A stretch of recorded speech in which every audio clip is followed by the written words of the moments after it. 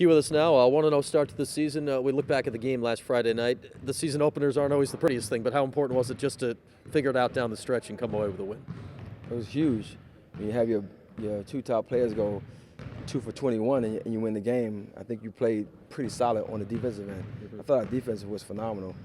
Down the stretch in the fourth quarter, they didn't get shots, they didn't make buckets, and the player that was really getting off on us, I think that we did a very good job of containing her, and Cornelia Fondren just guarded her. We went man to man, and she did an excellent job of just taking her out of her offense. Our depth is so important. That's what I keep preaching to our team is our depth.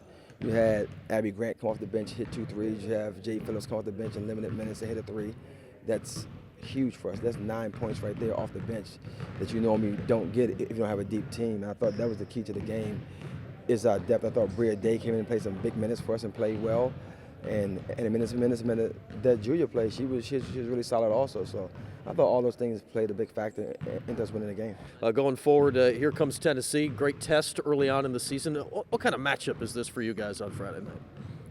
It's a barometer. You get to see where you are. This is a game that I didn't have to take this game.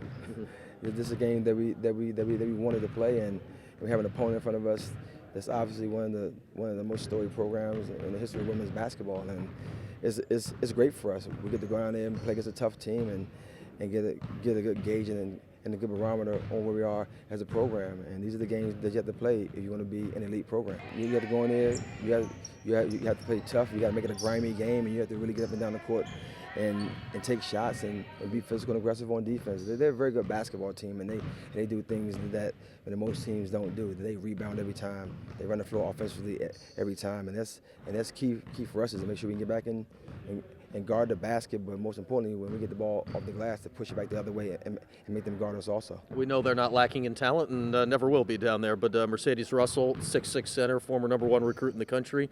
What kind of matchup is that for Brianna Day when you look at their styles against each other? Well, the good thing about our defense is it's not going to be her matchup, because we're going to shrink the floor and we're going to play zone.